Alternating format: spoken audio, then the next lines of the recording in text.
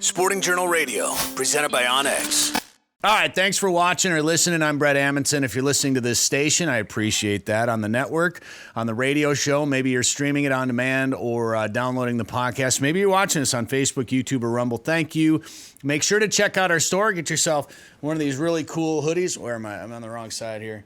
I hunt and always will. Show off your unflinching attitude towards a tradition of outdoor sports, whether it be hunting, fishing, maybe it's shooting sports. And that's what we're going to talk about next. Our next guest here on the show is somebody we met, Dan, over in Michigan. We were at the Aglow conference, and we started talking to this dude about some of these rifles. And I was like, man, these are some sweet guns. And we got to talking a little bit.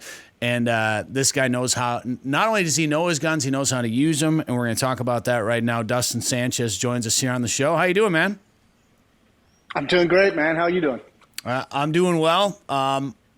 You like us here. You wear a lot of hats. You do a lot of different things in a lot of different spaces. Explain to our audience what you do. Well, my primary job, what pays the bills and keeps me out of trouble with my wife, is I'm the marketing manager here at Real Avid. We're located in Plymouth, Minnesota. We make a bunch of cleaning tools and just tools if you're wanting to build rifles. We make a lot of that stuff. So that keeps me pretty busy. I'm also the marketing director for a company called Hunters HD Gold. We make shooting lenses. And, we stay pretty busy there. He attends about probably 42 major matches a year and doing stuff. So I'll travel around with him on that part. I just picked up something new where I'm actually an agent for a shooter. So I'm working on getting that person sponsored and setting up their match schedule and making sure they, kind of hold a certain, personality throughout the shooting season. And then I'm sponsored by a couple of companies and I travel the nation and I shoot matches. I primarily was known for 3-gun and I made a move into long range shooting, and I've done some stuff with the tactical games. So, man, everything I do is based around the firearm industry. Real Avid's a neat company, a Minnesota company. Tell us about Real Avid. Yeah, so Real Avid actually started out as a marketing agency. They were doing some stuff within the hunting realm, and they just started noticing that there was a need for certain guns or gun tools and things like that. So they just created a tool one day, like a little multi-tool. That blew up. It won Tool of the Year through SHOT Show and a couple other magazines and organizations. And the company really grew from there. It kind of started around 2012. I was introduced to Real Avid in 2014 when they picked me up as a sponsored shooter. I started using a lot of their tools, working a lot with their product development team. At that time, I was actually a gunsmith building rifles at JP Rifles. And, I just stayed with them, built a relationship. And whenever I decided to make a move from JP, I just stopped by Real Avid and talked to them one day. They hired me on the spot. And now I get to do all this cool stuff, go to the range and shoot guns, come back here and give them to somebody, and they clean the guns for me as they're testing our new products. And they need rifles built. I get to build them here. This is like our studio. They're getting ready to build me a shop so we can do more builds and just really diving deep into that firearm industry. So if you're a competitive shooter, or you're law enforcement, military, or even a hunter like yourself, we're trying to cover the gamut of all the tools that you would need, whether it's something that stays on a bench at home or you can throw in a pack with you when you go out for a longer elk hunt and you got to travel through the woods. I don't want to get into politics too much here, but I made a joke on Facebook after the day that they were going to read the verdict for the Kyle Rittenhouse trial. And I said, because I predicted riots for sure. I figured he would be acquitted, and I figured, or not guilty, and I figured there'd be riots over there. I'm glad that there weren't. Mm-hmm. But I made the joke on Facebook. I said maybe the opening day of the gun deer season in Wisconsin isn't the best time to start rioting in Wisconsin. And that's because Wisconsin's been called the 8th largest army in the world during the gun deer season, when there's 650,000 guys carrying rifles through the woods. But and I'm not advocating for violence. I'm not saying whatever, but people are going to be armed and going to defend themselves, and as they should, rightfully so. And that reminded me, though, of a story that you told me about when the riots were going on in Minneapolis. And you live in Uptown. I live in Uptown Minneapolis, yeah. Where a lot of this stuff was going on, and a lot of your neighbors kind of like they were kind of calling on you to protect the neighborhood a little bit. Yeah, so where George Floyd happened, I'm probably about 1.5 miles from George Floyd, where that happened. The precinct that burned down is about 2 miles from my house. And the precinct they tried to burn down the next night is actually the precinct that I would, that is supposed to protect and serve my neighborhood. And that's about 3/4 mile from my house. And then where I live is, used to be, before the riots, it's not anymore, but it used to be a pretty thriving little community, a lot of mom and pop shops. We had bigger shops, like we had Apple, Columbia, a couple of the bigger corporations in there as well. So a lot of people would spend time there. And man, when the riots happened, all those stores, they got emptied. It was crazy. Yeah, it's a bad deal. No question about it. But it just goes to show that having, again, not advocating for any violence, of course, but having the ability to defend yourself is such an important aspect of daily life, it seems like, in this America right now. So I'm sure your neighbors were glad that you were there. Yeah. I will say this, there was at some point, there was a time when my neighborhood was, they had actually published a magazine saying it was probably the most liberal neighborhood in the United States. Wow. So when everything happened,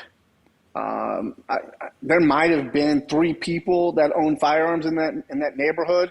My wife and I were part of those 3 people. There may have been one other guy. Some guys, they had some pellet guns and stuff like that, but nothing else. So, we went out and when everything happened, I just kind of walked out there. A lot of my neighbors, we walked out there and we're watching all these buildings being rioted. And some of my neighbors were like, well, we need to call the cops. I'm like, we already called them. They're not coming. Right? They are so busy with stuff going on across the city. They don't have the manpower to do this.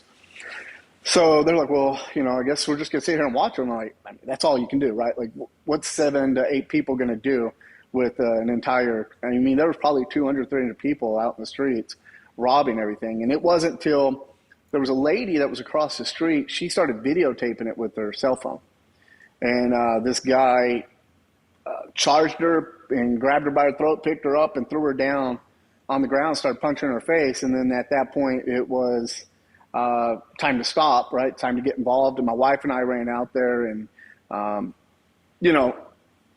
lot of people have asked me, well, your wife followed you out there. And it's like, yeah, there's only really one person in that neighborhood that I knew would not run away from the situation if I needed help. And though I don't want it to be my wife, that is my best friend. That is my partner in crime in everything I do. So I knew that for 100%, she would support me and try to, make sure nothing bad happened to me and vice versa for her. But we got out there, we shut that situation down. And after that, it really escalated. We had a couple of guns pointed at us. And so, I tell people, unfortunately, I had to grab my firearms. I had to arm up and go out there, and we shut the block down. And since then, since George Floyd, I've had about 37 firearms pointed at me. A lot of it happened during the George Floyd riots, but it's continued to go on. We had Dante Wright incident that happened here. Then we had the stuff with Kyle Rittenhouse. So we've had a couple of times that we've had some little riots and up kicks, and it's been different. I've had a lot of friends that were like, well, how do you think Kyle was able to do that? He went out there with his guns. And I've told him, I'm like, there's not a big difference between what happened with Kyle and what happened with me. I was out there with my firearm. However, I have neighbors. We had neighbors that left, but I also have neighbors that depend on public transportation. They have nowhere else to go. So are we going to let their buildings burn down? Are we going to let them be robbed and their houses broken into and vandalized? So yeah, we had to shut our blocks down, and I used my competition AR. I've had the most rounds through that, so that's what I grabbed. That's what I trust. So I was out there with that, and I had my Atlas carry gun with me. We shut it down, And I tell people, Kyle had a bad night. Things went wrong. I got lucky. I was able to keep my cool, and I had a lot more people around me that could support me, so I wouldn't have to be the one that just went through trial like that guy. So I definitely understand where he's coming from, but I also feel for him at the same time. Well, it's man, no. Yeah, we could go down a long road talking about that situation, no doubt. It's not people think that the people on the right are celebrating, this Kyle Rittenhouse, and obviously nobody ever wants anybody to go through that situation. He didn't want to shoot anybody, obviously, is just a bad deal all around. Anyway, let's talk about the fact that you are a competition shooter. You talk about your competition rifle, and how think about that, like somebody trying to rob and loot or riot and come into contact with somebody that's a competitive shooter. That's like when somebody tries to rob an MMA fighter, and they end up on the losing end of that battle. But how long you been competitively shooting? I really dove deep into it in 2012. That was kind of when I was like, all right, I want to do this. I shot my first major then, which was that's why I consider that's when I really dove into it. Was 2012. That's when I shot my first major match, which is I've shot some local matches, but until you go shoot a major match, you really have no idea what you're getting into. You go to a local match and you take 100 rounds per gun. Per firearm to shoot, and then you go to a major and you're taking 500 rounds, and you come home with if you were a sloppy shooter as I was at that time, I came home with maybe 100 rounds per gun left. I missed a lot at that match, and that's when I was like, okay, I need to step up my game. I really need to train. I need to put a lot more time and effort into training and what I do. So yeah, it's been a fun ride for sure. Is that what's fueled your interest and your passion in building rifles and being around more firearms, or did you have that anyway? I grew up in Texas, so we grew up shooting guns all the time. But I kind of fell into being I worked for Caterpillar for years. I started building my first show car when I was 13. And by the time I was 29, I'd been doing that for over half my life. And I was like, all right, I'm done. I need to find something new. And I got lucky enough that over the next couple of years, I just fell into the competitive scene. And one of my friends called me and he's like, hey, we're hiring here at JP Rifles. Are you interested? And I show up there and I just got thrown right into building rifles. They started teaching me everything I needed to know there. And that's really when the fire really started going, like, hey, this is actually what I want to do for the rest of my life. I want to be in the firearm industry.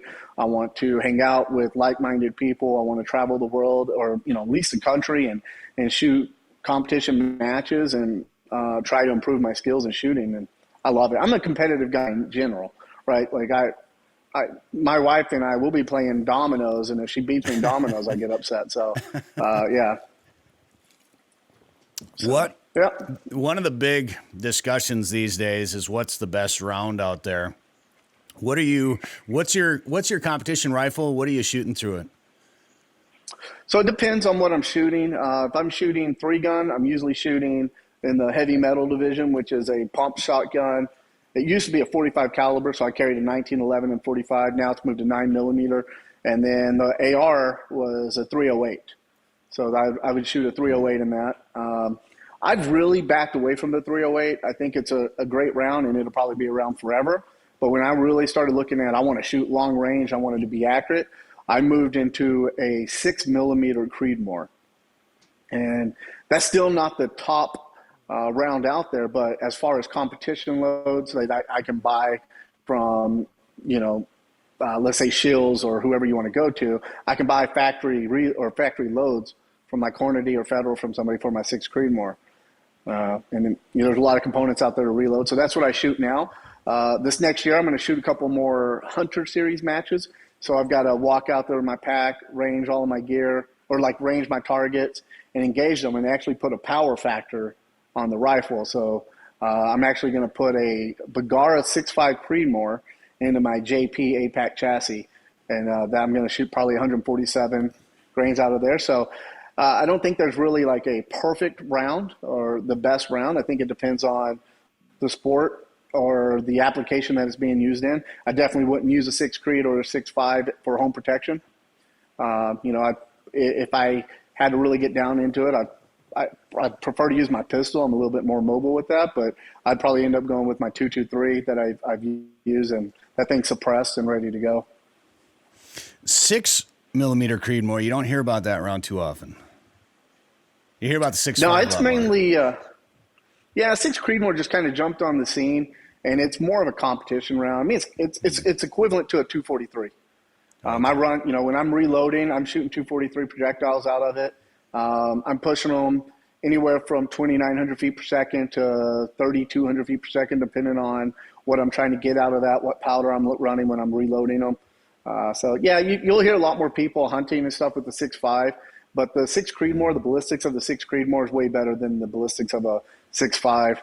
Only issue is like that rifle that you saw at Aglow, that barrel will be shot out at 1,500 rounds. I got to replace it. 6.5 Creedmoor, I can get a little over 3,000 rounds through it. So your everyday typical guy that's going to go out and shoot 100 rounds here, 100 rounds there, that 6.5 Creedmoor will last him almost his entire life. I shot 3 majors out of that barrel, and it was done. The majors are 200 rounds per match, and then I'll probably shoot 100 rounds before the match, if not more, and then get some testing in. So next year I've got 24 majors on my schedule. Given my work, my work schedule and stuff, I'll have to back out of some of those. So I project I'll probably be running, and I'll probably shoot through 2 barrels next year. Is kind of how it's looking. Hey, that's crazy. So, it's a lot of work. I've especially right now, trying to get parts and everything. I've got 2 barrels sitting at home that are barrel blanks that I have to send up to the smith, get them to do all the work so they're ready to go. So as soon as I shoot a barrel out, I can pull a barrel and throw it in there. So for somebody out there that's thinking about getting into competitive shooting, what would you tell them? Do it 100%. If you like firearms, you want to be more, and you want to be more, more, I guess let's say, accurate, more comfortable around your firearms, truly understand ballistics and things like that. I say jump into competition shooting right away. It's going to be the closest thing that's ever going to put you into that position of, if somebody was to break into your house, your nerves are going to spike, and your adrenaline spikes. Everything's just going to get shot. You're going to have that. There's a funny thing. Everybody's like, yeah, go up to my first stage. I knew the whole thing. I knew exactly what I was going to do on the stage. The buzzer goes off, and I'm just standing there because I don't even know what I'm supposed to do anymore. Like, it's like you dump all the information. So the more you do that, the more you just become, familiar with your firearms, what you need to do. I've watched videos where I'm like, I didn't even know I reloaded my pistol right there. It was just one of those things where you're shooting, and you start to become so aware with how many rounds are being downrange, what's going on, that you're doing mag changes as you're running from one target to the next. Almost muscle memory at that point. It becomes a lot of muscle memory. Yep.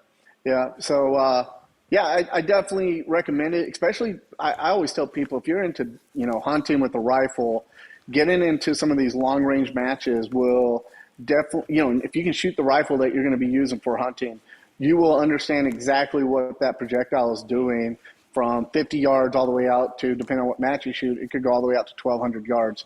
You'll really know what's going on. And you should have proper eyewear when you're shooting at all times, right?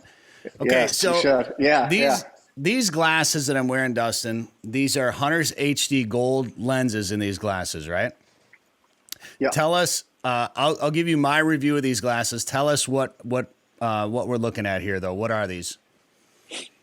So those are a lens that's developed, created out of a company called Hunter's HD Gold. They're based in Alabama. They've been family owned for around 50 years. And what it is they're just taking a Trivex lens. So a lot of people are familiar with plastic lenses or like a polycarbonate. So they take Trivex lens, which will allow 43% more light in than a polycarbonate. So even if I'm looking at a polycarbonate lens that's clear and a Trivex lens, the Trivex lens that's clear is already going to allow in 43% more light. So as a hunter, or a competition shooter, what I want to do is I want to allow in as much light as possible so that I have a clear target. And that's what the Hunter's HD Gold does. Now, the ones that you're wearing, they're gold. So the gold actually makes the contrast pop a little bit more. So if I'm walking out on a stage and I'm shooting the whites compared to the background, even on a cloudy day, I'm going to be able to see the target pop a lot more. Or let's say I'm shooting a brown, like the brown IPSC target, it's going to pop a lot more. It's really going to stand out from the brown berm that's behind it. If you're out, when I'm out hunting or anything like that, like this season deer hunting, I was out there with my my Hunter's HD Golds on, and I was actually able to hunt and look through my lens a little longer than I typically can through my optic.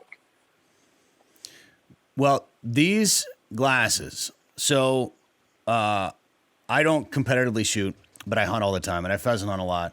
And you told me to try these glasses out, so I put them on, and immediately the hardest, I think the hardest thing was to get used to the look of wearing glasses.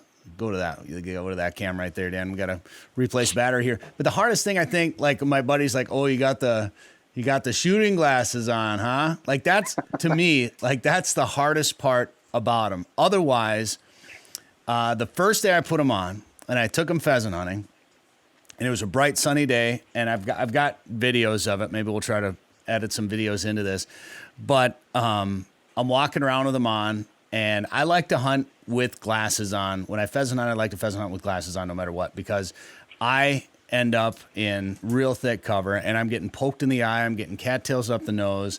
I like to have some eye protection. Now, the problem you run into is on a cloudy day or when the light is fading later in the day there, sometimes it gets to be too dark to wear sunglasses. So I'm walking around with these glasses and I'm filming myself and I'm doing a review. I'm thinking I'm being all cool. And all of a sudden I look, I didn't even realize they were transition glasses. So yeah. When I put them on, they look like this. And then after walking around in the bright sunshine for a little bit, they were dark and it just looked like a regular pair of sunglasses, which I think is awesome. And then as the daylight faded, they start to transition back. So like your level of visibility, the brightness doesn't really change. Like the glasses change and transition as the light transitions throughout the day.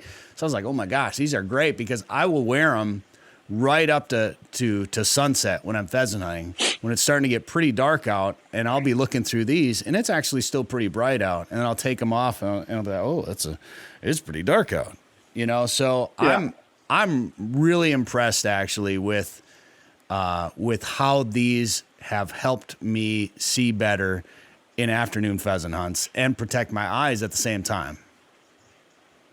Yeah, they're cool. And the whole hunting thing is Brian Connolly, the founder of Hunter's HD Gold. That's how it started. He was out deer hunting, and he was like, it's getting really dark, but I know that with my Trivex lens, they allow him more light. So he actually put some of those on, saw there was more light. Then he went back to the lab, and he was like a mad scientist messing with all these different dyes that would transition everything. That's how he came up with the gold. And he started using them for hunting, and he wasn't even advertising them. He had a friend come hunting with him. He let the friend use them, and his friend took a really nice buck one night, and he was like, oh, man, I probably wouldn't have been able to really see what that was without these lenses, and then everything just kind of blew up there. And of course, the competition world kind of jumps on it right away because, we go shoot a match and we're $3,000 into a match. We want to have every advantage possible. And that's kind of, really, really where those took off and came into play.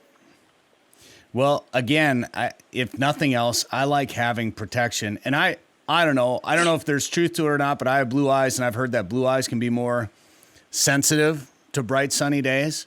So I wear sunglasses on cloudy days half the time anyway. And the problem I find that I have is that my sunglasses are generally too dark a lot of times on cloudy days. So then I find myself taking them off, and then I got poked in the eye deer hunting a couple of years ago, right at sunset. In fact, I think I was tracking a deer that I shot, and I was walking through some willows, and I thought I poked my eyeball out. Like it was painful. Yeah. And ever since that day, I've told myself I'm going to try to wear sunglasses as often as I can, as much as possible. And so to me, like I preach wearing hearing protection. If you're shooting guns competitively, trap shooting, hunting, I know some guys don't like to do it when they're hunting because they like to hear things. So a lot of times I'll put one plug in my left ear and I'll leave my right ear open a lot of times, which I don't necessarily recommend doing, but it allows me to be able to hear. It protects my most vulnerable ear just a little bit. But as much as I preach hearing protection, I'm going to start preaching eye protection just as much because honestly, your vision is pretty important. And whether, it's powder burns or twigs and branches, cattails or whatever, it's pretty important to protect those eyes. So I'm a fan of these glasses, man. I'm trying to find this video. Awesome. I'll see if I can find it. But so the cool thing about it is I'll wear these sunglasses. Like I'll walk out of the house and I have them on already because I can see inside with them. I'll walk outside, get in my car, I drive to the range, get out at the range, grab all my gear, put my gun, my gun belt on and everything, and I'll start shooting.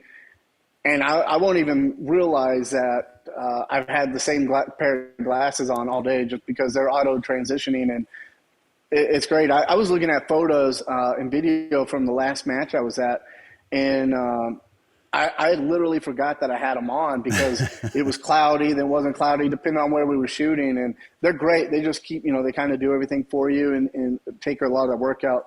And I always like to talk to people. I'm like, I'm going to drop $400, $500, let's say, for the average deer hunter maybe, into an optic or, into optic on my rifle. And then if I am wearing safety glasses, I'm picking up some glasses from Walmart. They're like $3. Well, I literally just took everything I wanted to buy in that optic, which is the glass of that optic. I just took that all away from it because I'm trying to look through a $3 pair of clear lenses before I get to the actual glass of my optic. So I'd rather have glass that's better on my face than go to look into the optic. So I'm going to get my money worth out of that optic. So explain how this so if you get lenses from Hunter's HD Gold, are they all transition like that, or is there different options? So you can do a couple different things. My wife doesn't want her glasses to transition at all, so she just has straight up clear prescription lenses that you would wear if you need contacts or glasses. Then you can go into the clears that will transition. You can get them polarized if you'd like. So the deal is Hunter's HD Gold is actually owned by a company called Optical Prescription Lab, which is him and his wife own OPL. And so, Hunter's HD Gold is just like a subsidiary of OPL, but they are like the last independent lens manufacturer for everybody out there getting bifocals or prescription lenses. They're one of the last manufacturers out there producing these for them. So that's really their whole thing, is where that came from, is that they're making prescriptions for people. And they've now come out to this line that's great for hunters, which is the gold. We've got a ruby, which is we call it ruby, but a lot of people are like, well, it's red. Yeah, so it's ruby, but it does the same thing that your glasses are doing. We're working on. I got a pair right now that I wanted something that was a little bit more lifestyle-like, so I can go from the range to an event with my wife at her work, and I'm not changing glasses or anything like that. And I'm not a fan of people being able to see my eyes, so we're working on a new lens right now that I've got a custom pair of. I've changed the lenses twice on them now because we keep trying to fine-tune that. We actually use a medical dye, so if anybody has seizures or strokes, like from watching TV or bright lights or anything like that, he uses a medical dye, and the golds, the rubies, and the ones that we're kind of playing around with now. And the ones we're playing around with now, I actually think they're going to be really great for people that are out there fishing.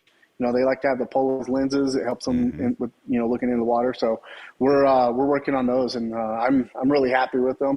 But just like I've got my golds here. I wore my golds to work today, so you can get them in. You can call right into Hunter's HD Gold, get a frame, pick out a frame that he has, and he'll put the lens in there. Or if you are like me and you like certain frames, you can buy that frame, send him that frame. He'll cut the lenses for you and get them back to you. And the turnaround time on that, if you send your frames in, the turnaround time on that's about 2 days. He'll have your lenses cut and put in your frames and sent to you in about 2 days. So depending on where you're at and shipping and everything, it usually takes about a week turnaround time, which you can't really get that anywhere else. So I have a red-green color blindness. So if you guys decide you want to try to develop some lenses to help out, for blood tracking or whatever, help guys out with the red-green colorblind situation, let me know. I can maybe help you test out some products, because that's always one of the hardest things for me is after shooting a deer, trying to track a deer. So the rubies, they're really designed so that the orange of the clay will pop really hard, right? The contrast of that pops hard. But also red and green pops really hard, because a lot of people are running either a green fiber optic or a red fiber optic on the front of their shotgun. So both of those pop. And that's why we're seeing a lot of guys that shoot red dots on their pistol have actually moved to rubies, because that red dot in their red dot really pops hard. The contrast really pops hard. So the ruby, though they are a little darker, it might be something that you would really like when you're out there trying to blood track. Yeah, well, look at that. Somebody even commented on this picture. I may be biased since I'm colorblind, but I prefer the ruby lenses. I improved my score on a colorblind test from, I don't know how to say that, 824 to 18 to 24. So I might have to try out some of those ruby ones too. Interesting. Yeah. Well, yeah. I like these too for pheasant hunting particularly, and I pheasant hunt every day. They've been great. I'd like to have sunglasses for the brightness of the day, but I still want to have eye protection as the sun goes down, and the transition lenses give me that. So I'm a fan, man. These are nice. Awesome. Yeah, I'm really glad to hear that. All right. Well, Dustin, why don't you run through where we can find Hunters HD Gold, Real Avid, everything that you're doing, where we can follow along with you. We might be here for another hour, but run it down for us. The easiest way is just to call me and I'll tell you where to go. Now we've got Hunters HD Gold is at huntershdgold.com. We also have Hunters HD Gold at IG and Facebook. You can find Hunters HD Gold, all that stuff there. Real Avid is going to be at realavid.com. We have Real Avid at Instagram, on IG.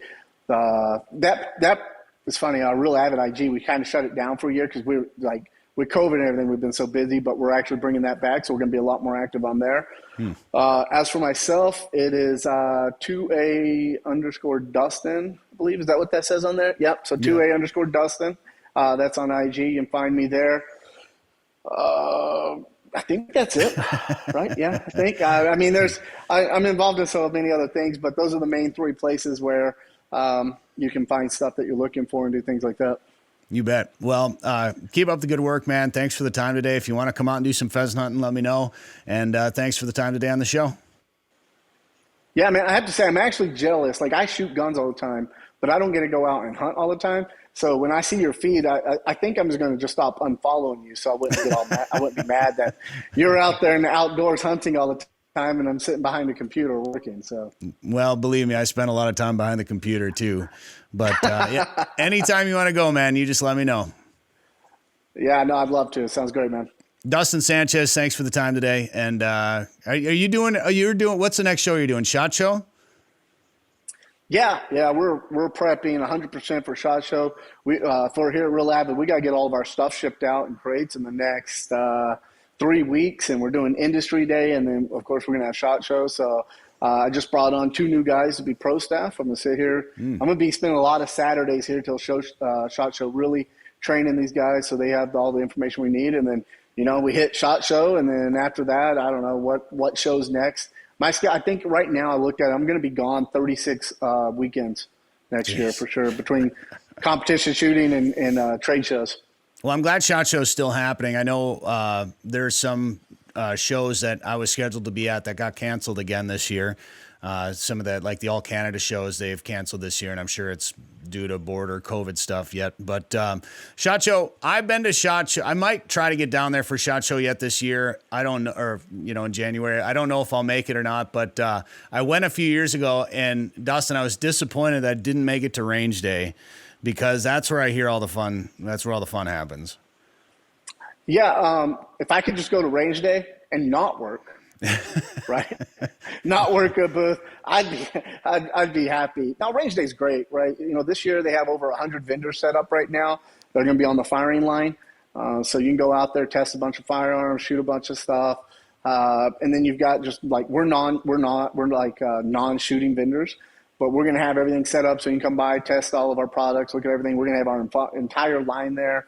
And then, for for media and people like that, it's just a great way to get out and, kind of meet new people, network and do things like that. Yeah, it's a good time. It really is. It's a lot of work, but I think when you sit back and you look at it, it's a great time.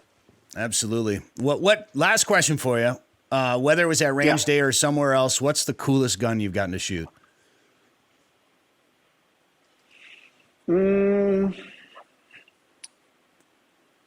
Yeah, I don't know. There's been so many. Yeah, I think the dream gun that I want to shoot is a suppressed MP7.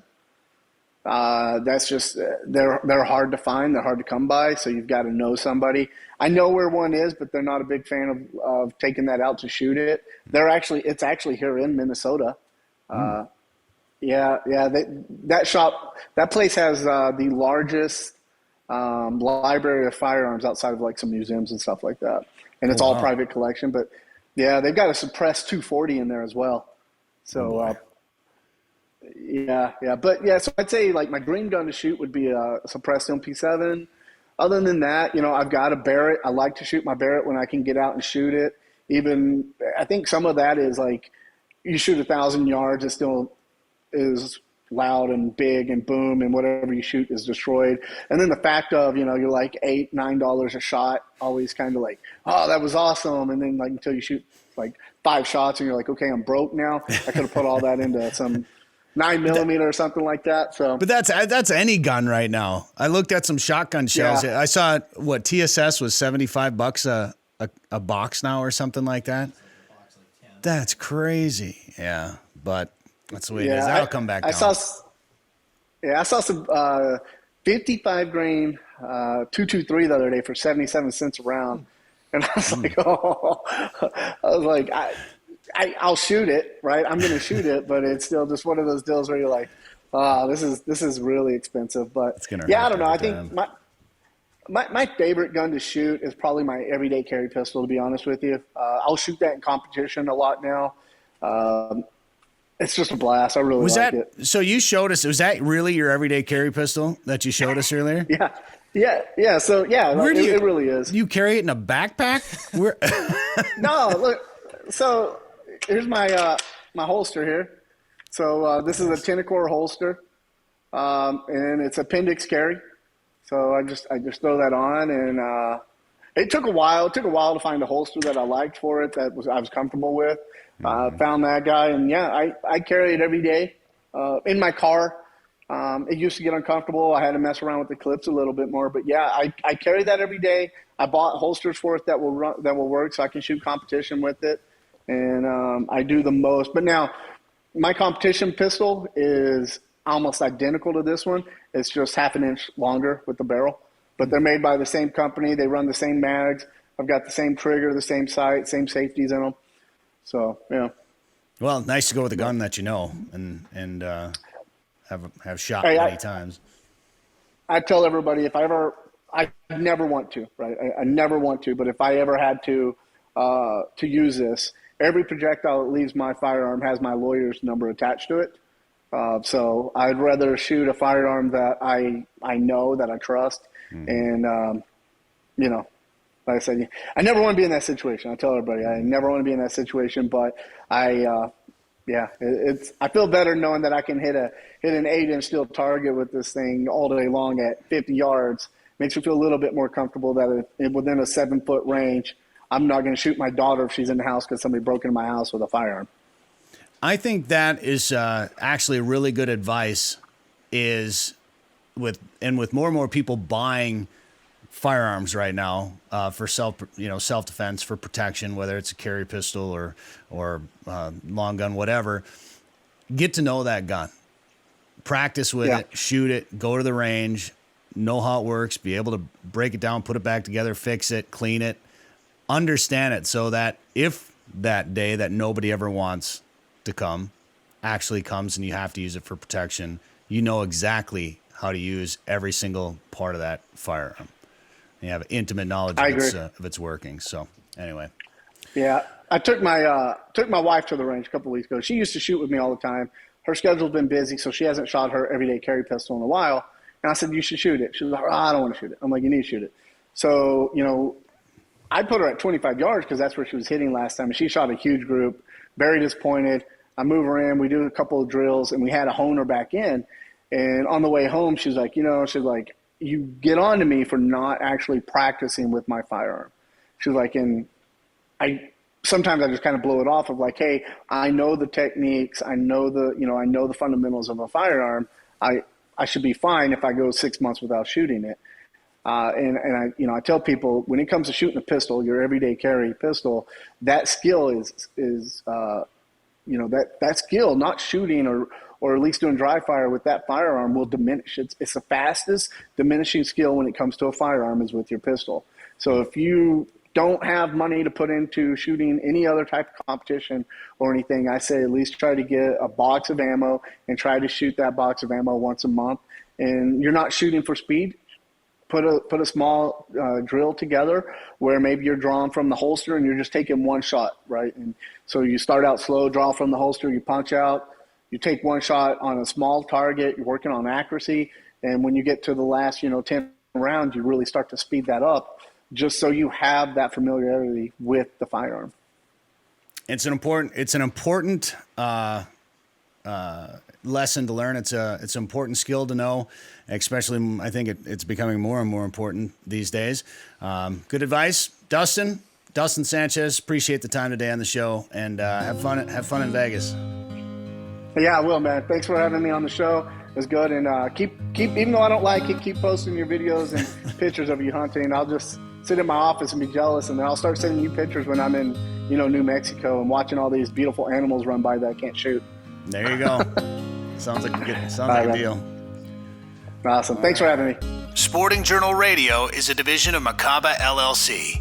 If you've got a question, comment, or story idea for us, send us an email. Go to sportingjournalradio.com. While you're there, you can learn how to advertise on the show and visit our store for hats, hoodies, coffee mugs, and more. Go to sportingjournalradio.com.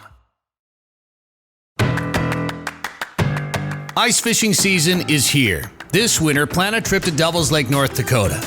Not only will you have the chance to catch their legendary perch, but this year, Haybale Heights has been catching big walleye after big walleye. And they're doing it from a mobile, comfortable snow bear. No matter how cold it is outside, you're warm and toasty on the inside. Learn more and book a trip today at haybaleheights.com. That's haybaleheights.com.